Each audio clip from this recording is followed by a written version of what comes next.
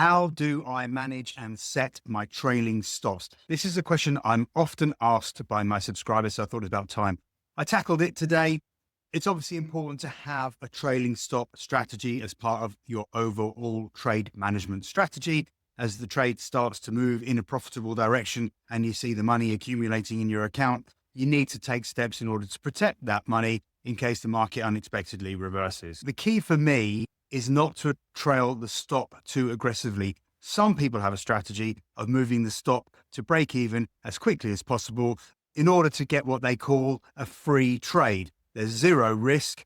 In the worst case scenario, they break even and they see that as a free trading opportunity or a low risk trading opportunity. It obviously mathematically makes sense. For me personally, I don't like doing that because my strategy involves trading support and resistance levels. Now, if I've gone and bought at a good support level in a bull trend, I consider that to be a gift. That's my edge. That's how I identify low risk trade opportunities. I don't want to trail that stop to the entry point quickly because I don't understand why I would want to get stopped out at the level at which I thought it was a great buying opportunity.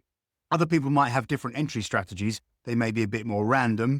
And so if they can quickly trail the stop to break even, I totally understand why that works for you. So you have to decide whether you want to do that or whether you want to be less aggressive about trailing the stop like me. So how would I do it? Well, I usually set 2 or 3 targets for my trade. When I get to the first target or close to it, I'm then thinking about, right, trail the stop, cut down the potential loss. That's my first thought. Cut down the potential loss, not move the stop to break even. So I might move my stop halfway or even 3/4 of the way to my entry point from the original stop loss price. Then I know I've cut down the potential loss significantly, but if we get a retest of the entry point, I'm not going to get stopped out.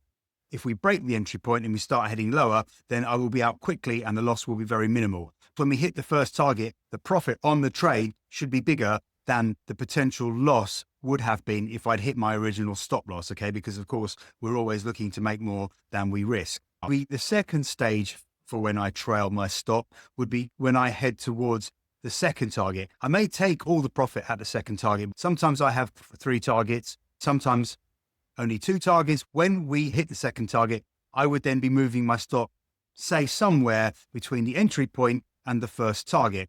Then in the worst case scenario, I'm guaranteed to make profit on the trade. Now I'm going to give you some other ideas of how you can manage your trailing stop that might suit your strategy better.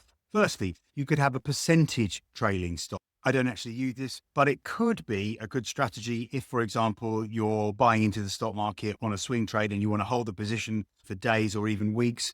If you have a percentage stop, let's say you're buying the stock market index and it's at 1,000, you could have a 2% stop. So you decide if the market's dropped 2%, that's too much for me. I want to be out of the position. So if the market were to drop to 980, I want to be out. The stop is always 2% of the current market price. Let's say the market goes to 1,500. Your trailing stop would then be 2% of 1,500. So your stop would be 30 points and you would then move your stop up to 1,470. So in point terms, obviously your stop widens as the market moves in your direction, which I like because it gives you extra breathing space. Another popular stop loss trailing strategy is to use the ATR, the average true range. So whatever time period you're trading, let's say it's the daily time frame, look at the average true range. If the average true range is, let's say, 50 pips, you might decide to set your stop loss at 60 or 65 pips, just a little bit outside of the average true range. So if the market does decline by a greater amount than the average true range, you might decide, okay, that's it. I don't want to be in this trade anymore. The third alternative strategy is just to use the price action. So if you're long, where was the previous swing? For me, that would probably be the 4-hour chart. If I'm long, I'll look at the previous swing low. Okay, if we break the previous swing low, I'm going to question whether we're still in that short-term bull trend. So I'll want to get out of the position to protect myself. If it's a Forex trade, I might have my stop 10 pips below the previous swing low, something like that. And the fourth alternative would be to use technical indicators to move your stop. So for me, I love Fibonacci levels. If we're breaking above a Fibonacci level and I'm making money on the trade, I might decide to trail my stop to just under that Fibonacci level. I'll assume that that Fibonacci level will be now a support level. I might have my stop loss trail up to 10 pips below that Fibonacci level, and then I'll feel protected. Or it might be a moving average. It might be a trend line. I hope you found that useful. If you've got an alternative idea on how you plan your trailing stop losses, let me know in the comments. And please, if this has been helpful, like, share, and subscribe.